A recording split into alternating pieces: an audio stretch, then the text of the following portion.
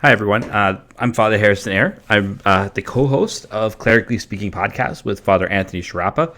I'm a priest of the Diocese of Victoria in BC, here in Canada on the West Coast. And I'm really excited to be here with you guys for these few minutes together. I just came out of Mass, and I'll just be honest. We'll see how this works because I've had every possible obstacle to recording this.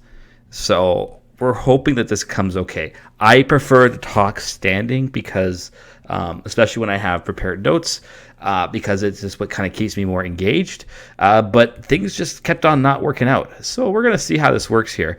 I'm really excited to talk to you guys today because I want to talk about kind of three things. So I want to talk about what we could call like navel gazing spirituality a bit in regards to spiritual worldliness. This comes from Pope Francis. Then the next thing I want to talk to you guys about is acedia, a kind of one of those deadly sins or deadly evil thoughts from the Eastern Fathers.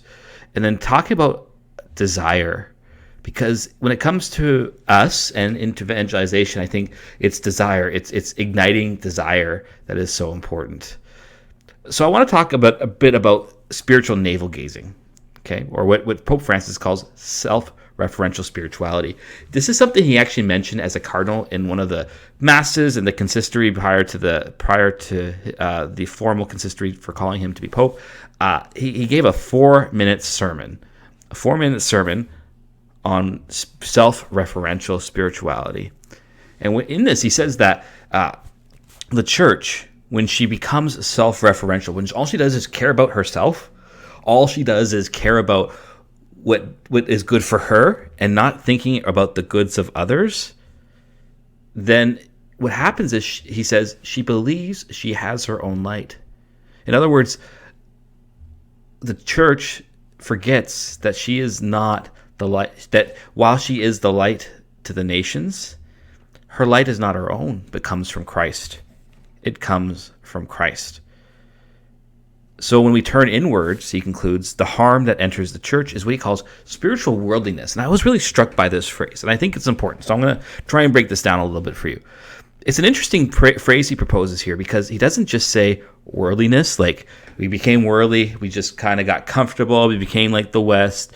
We didn't just care about material and political goods, and that was it. But he calls it spiritual worldliness. So a worldliness that affects our spirit, and a worldly and like a spirituality that, if you will, is of the world, like that the world herself has a spirituality at play. And so when he says that we fall victim to spiritual worldliness, he's saying that this means that the church begins to take on the spiritual attitudes of the world. Now, I know that that's been in a way that has actually happened in many ways in these last 60 years. And I would actually say it's gone even beyond that. We have taken on the spiritual attitudes of the world. And we're in some ways, I'd even say, we're more Western than we are Catholic. We're more Western than we are Catholic. And it really is a common malady in the church. And it's something when we become Catholic or we take on our faith anew, it's something we have to kind of slowly grow out of. And that's why I wanted to talk to you guys about this, because I think it's important to become aware that this is a reality in the church. And it's a reality in our souls. And to be honest, in a way, we all have it to some degree. We take on the spiritual attitudes of the world. So, for example, spiritual worldliness is caring about myself and not caring about the other. Not caring about the goods of the other, not looking towards the other, but only looking towards myself. So it comes out in our spiritual life when all we care about is what's happening in my soul. That's it. All I care about is my relationship with God, and that's all that really matters.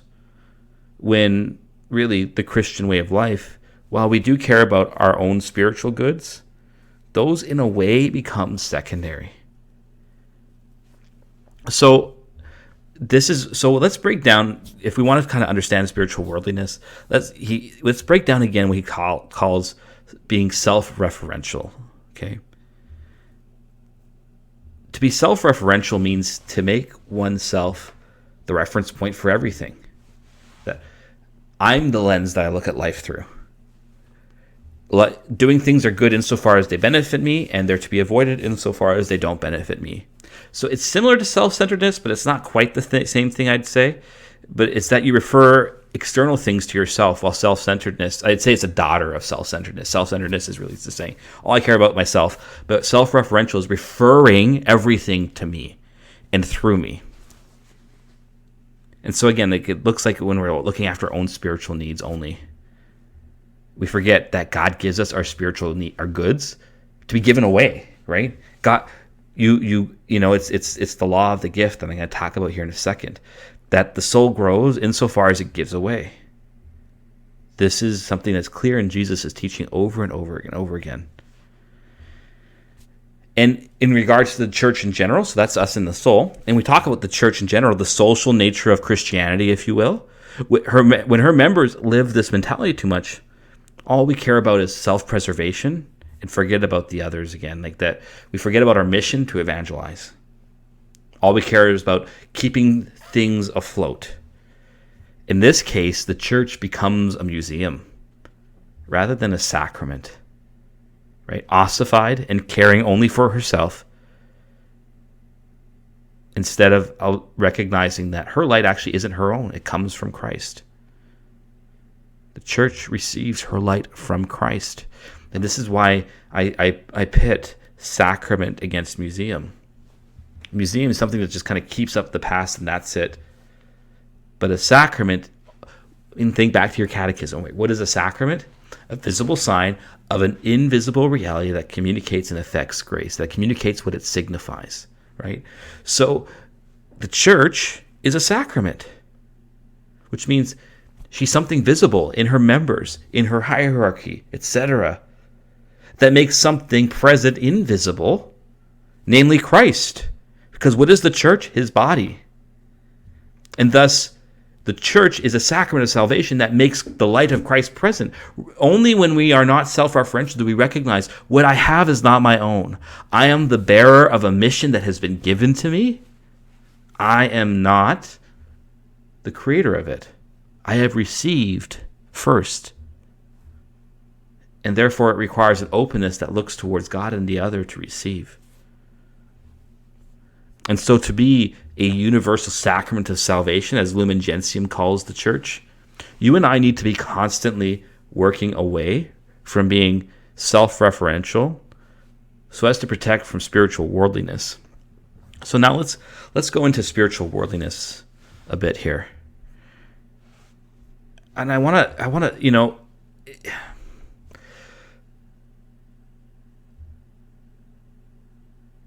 Pope Francis warns of this danger because he warns of it because he recognizes that the heart of it is really the polar opposite of the Christian life. And I want to read to you guys a quote from Gaudium et Spes. Okay, this is the church's pastoral letter to the modern world. It's the end of the Second Vatican Council. And in it is this beautiful little paragraph 24, written by then Cardinal Karol Wojtyła, who would become Saint John Paul II. I'm not going to read the whole quote, but at the end of this paragraph he says that man cannot find himself except through a sincere gift of self. That you cannot find yourself unless you give yourself away. That your primary mode of being and acting has the giving away as its kind of operating principle. While spiritual worldliness is really the opposite. It takes, it holds back, it takes for itself. It cares nothing for the other. And it thinks that it can find itself if it holds everything for itself. It becomes kind of like a spiritual miserliness, where there's a fear that if I let anything of myself go, if I risk anything of myself, I'm going to lose myself. While the Christian gospel, through the lens of the cross, says, I can't find myself except through a sincere gift of self. That only in giving myself away do I actually find my true identity. Because that is the law that is revealed in the cross. And it's on that cross that we see how man is to live. And it's not, yes, it is a sacrifice, absolutely, but it's imbued with the deeper reality that it's a gift. It's a gift of love, right? When Jesus at the Last Supper is instituting the Eucharist and he says, this is my body given for you, not sacrificed for you. Well, it is a sacrifice. Absolutely, it's a sacrifice. But that sacrifice is interpreted through the gift of love, of giving the self away. This is our primary mode of being. To not hold anything back, to reserve nothing, to give everything away to God and through the world. So that's kind of the two polar opposites. There's the taking and then there's the giving. So, but what happens is if we allow spiritual worldliness to get into our life, when we become self-referential, different sins and kind of start to infect our spiritual life. And we may not always be aware of it. And I think spiritual worldliness honestly has many, many, many, many facets and manifestations around it. There's one I want to focus on because I see it as a kind of principal expression of spiritual worldliness that has infected the life of Christians in the church. And this is a sin known as acedia. So you might be familiar with the 7 deadly sins, right?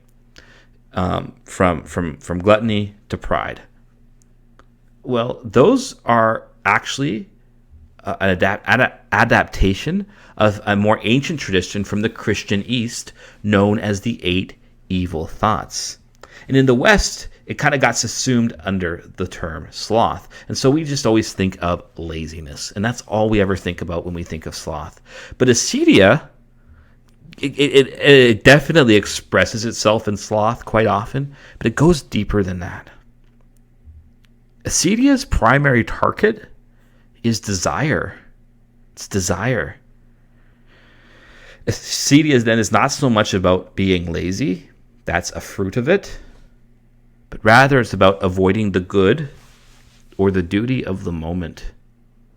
For me, the pithy way I often like to summarize it is that it's the inability to desire the good or to desire it at all. And so it can manifest itself in avoiding doing the good. So, for example, praying. When I wake up in the morning and I'm tired, perhaps, I'm still kind of half asleep and I'm thinking, I would prefer to go do this. I'd prefer to do this, this, and this rather than pray. That's acedia at play. Because what am I avoiding? I'm avoiding the good of the moment. Or it actually manifests itself in the opposite, in a kind of busyness, whereby we're doing a lot of things to avoid the necessary goods of the moment. Now, this is where I think actually the life in the midst of the pandemic has actually been good for us because it's taught us to slow down and to choose what's essential again so that we can kind of get away from this busyness. But acedia tries to attack desire through an excessive busyness or an excessive laziness, and in both cases avoiding to choose the good of the moment that I need to do. It's prayer, might be doing the dishes, doing my tasks at work, etc. I don't want to do what I know I need to do. That's acedia. And it's really a great malady in the church today. It's really... I accidentally pressed stop somehow, but I'll edit these together. So as I was talking about here, acedia really is a great malady in the church today. And I know this partially because it's really one of the major sins in my life. It's something I've noticed over and over again. When I'm sitting on the couch after a busy day, knowing I should do my dishes, but I would prefer to watch Netflix. Now, again, it's not to say we shouldn't rest and have leisure, but when we forget, or I'll be honest, there are times where I'm like, I don't want to pray my breviary right now. That's acedia. That's choosing your desire. That's at least desiring not to pray. Now, in those moments, we need to become more aware of its kind of sinister infection into our lives. But really and truly, that thought comes our way quite often. And I see that not just only in my life, but often in my pastoral ministry in the church. I've seen it infect so many people. And this is because, in a way, I want to say we've forgotten how to desire. Right? How often do we have the idea to pray, but instead are more willing to just browse Facebook, Twitter, Instagram, whatever we're using for social media? How often does that happen? Do you know what a great exercise in this is to look at your screen time. on your phone. That'll be a wake-up call when you see that you spent maybe 3, 4, 5, 6, 7, 8 hours on your phone, but you spent 5 minutes in prayer. But this is because it's not like we know we should pray, but we don't know how to desire anymore. We know, for us in some ways, the things we need to do as Christians has become kind of vague. It's become kind of vague. And this is something I've been pondering over a lot. The vagueness of desire. And I think I really believe this has a lot to do with the kind of modern or postmodern moment we live in. Modernity has removed from us the ability to desire because it's offered us distraction, disattraction, to bring us into other things that remove us from the reality of God. Because here's the thing, and this is another little aside, another little pet idea of mine is the idea of like modernism. Modernism is the idea that God cannot interact with the world. That to put it philosophically, it's the denial of mediation. And therefore, if I want to find God, it's going to be like an imminent relationship where I experience him in my soul, or he's someone far away I can't actually have any real connection with. And so it removes God from our concrete situation. And so we don't think we can find God through things anymore. And thus desiring God has become very difficult because he's become an abstraction and so vague for us.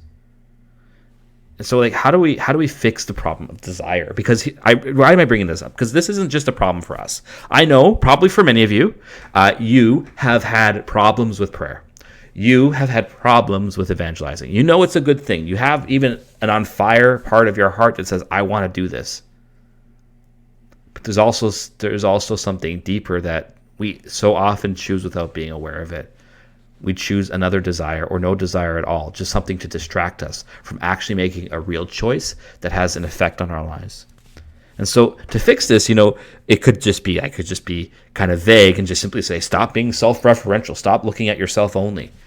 But again, that's too vague. It can, and I mean that first part is meant to just enlighten, to help us be aware. We need something concrete to lean into. And in a way, I want to say acedia actually attacks us with this kind of vagueness. It kind of keeps us in a weird fog of ambiguity to keep everything vague and abstract so that we don't choose God. And so I want to, this is something that's kind of struck me in a really weird way because this struck me only a couple weeks ago. I started reading The Brothers Karamazov, partially because I'm really horrible at reading literature. This is like my 6th time attempting it. And I kind of like literature, but I got enough stuff I got to read for my doctorate, etc. I just don't have time. But I was like, I need to do this, partially to make me a better writer, to give me better style. I've been reading also Augustine's Confessions lately, and I've been struck at the beauty of his language. And so I was starting reading The Brothers Karamazov, and I was just really struck in those first 50 pages I read the first day I read it, at the desire in the characters. There was a desire in the characters. There was worldly ambition, etc. But they wanted something concrete. And it just got me thinking, why doesn't desire work that way for us as Christians? We say we want God, we say we want holiness, but we leave it at that abstract or vague level.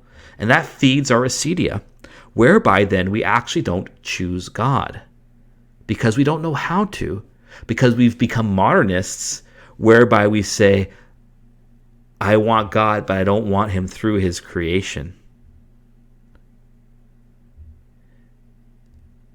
But that's exactly how God has always worked. Again, what is the church? Sacrament of salvation, something concrete, visible, something I can attest with my senses. How do you know I'm talking to you right now? You hear those words where I'm communicating ideas from my head through words, through something physical in the airways, It hits your eardrums, and then those sounds communicate an idea to you. So you're not reading my mind directly, it's through something. This is how we are as human beings. God, and so if that's how we are as human beings, that's how God wants us to find him.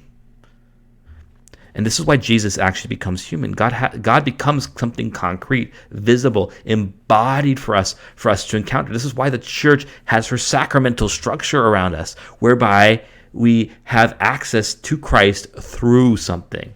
How do we have faith? Through the church. How do we grow in that faith? Through the sacraments. How do we live Christian charity? Through our neighbor.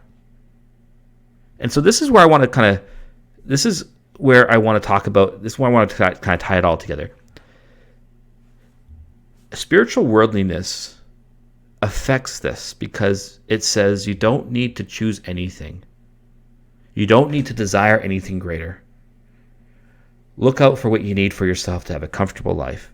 Have a couple kids, get a dog, get a decent job, have a nice retirement, travel around the world.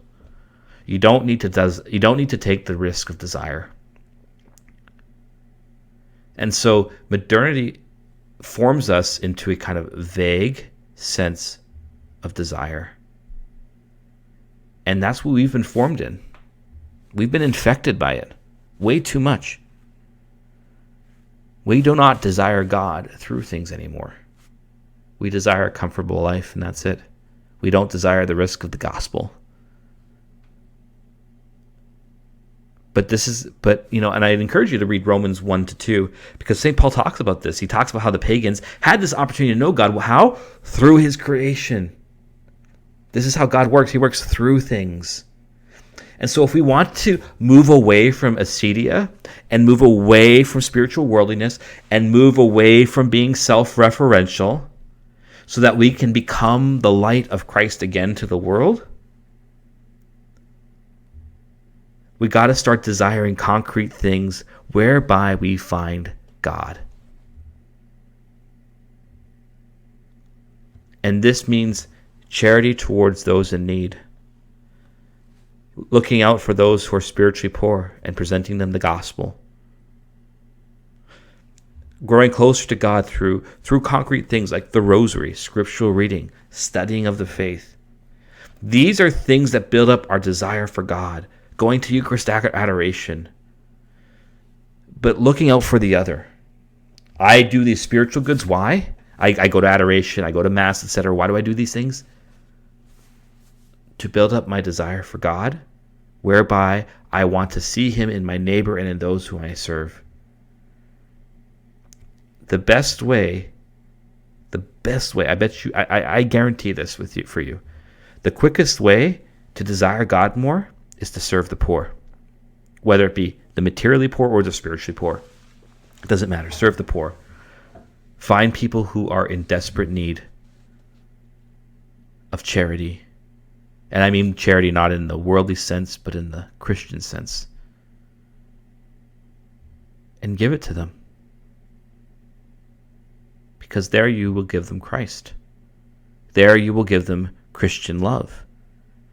And in giving it away, there you will actually find yourself, because you will see Christ within you at work, and your desire for God will grow, and you will desire to do more concrete things through our neighbor, etc., through prayer, through liturgy, whatever it is, because you'll see God. My seeking for God is not some far off vague thing. It's something I can achieve now, but I need to desire these little things, and I need to choose them. I'm going to end off with a little story here. So I spent a year working with Mother Teresa's sisters, missionaries of charity. And I spent 6 months in Gallup, New Mexico, working with the Navajo Nation in a soup kitchen and shelter. Then I spent 3.5 months working in their hospice, where those who had nowhere to die came to die. I remember one week. It was the most tiring week of my life, because we had 5 of our guests die in 6 days. And especially the last one hit me really hard because it was very unexpected, and I wasn't always the most patient with that person. But I remember that Saturday going to the sisters' chapel to pray, and I would help serve for benediction and adoration and stuff as a seminarian. I'm in the little sacristy room they have, and I'm putting my alb on. And after I put my alb on, I just put my head up against the wall and I said, Jesus, I have nothing left to give. Nothing. And I went into adoration exhausted, physically, spiritually tired. I'd given everything away. And that was the most fruitful hour of adoration I'd ever had in my life. I share this story because I don't think that hour of adoration, where my desire for God was really elevated in a way I'd never experienced before, that never would have happened without burying the dead that week. It was through these men in their poverty and in their need, whereby I offered them my Christian charity. And then I went to go pray, thinking I couldn't do anything, and my heart was completely open to receive everything from God. My desire grew that night because I chose these little things: cleaning a dead body, being with someone in their last moments, praying with them, making sure they're not alone. There I found Christ. And he built up his desire. He built up in those encounters my desire for him, so that when I met him in the Eucharist, I found the fulfillment of my desires. I pray that you too, in moving away from spiritual worldliness and acedia, will find those concrete means to build up your desire so that Christ can fulfill you. Thank you so much. God bless you.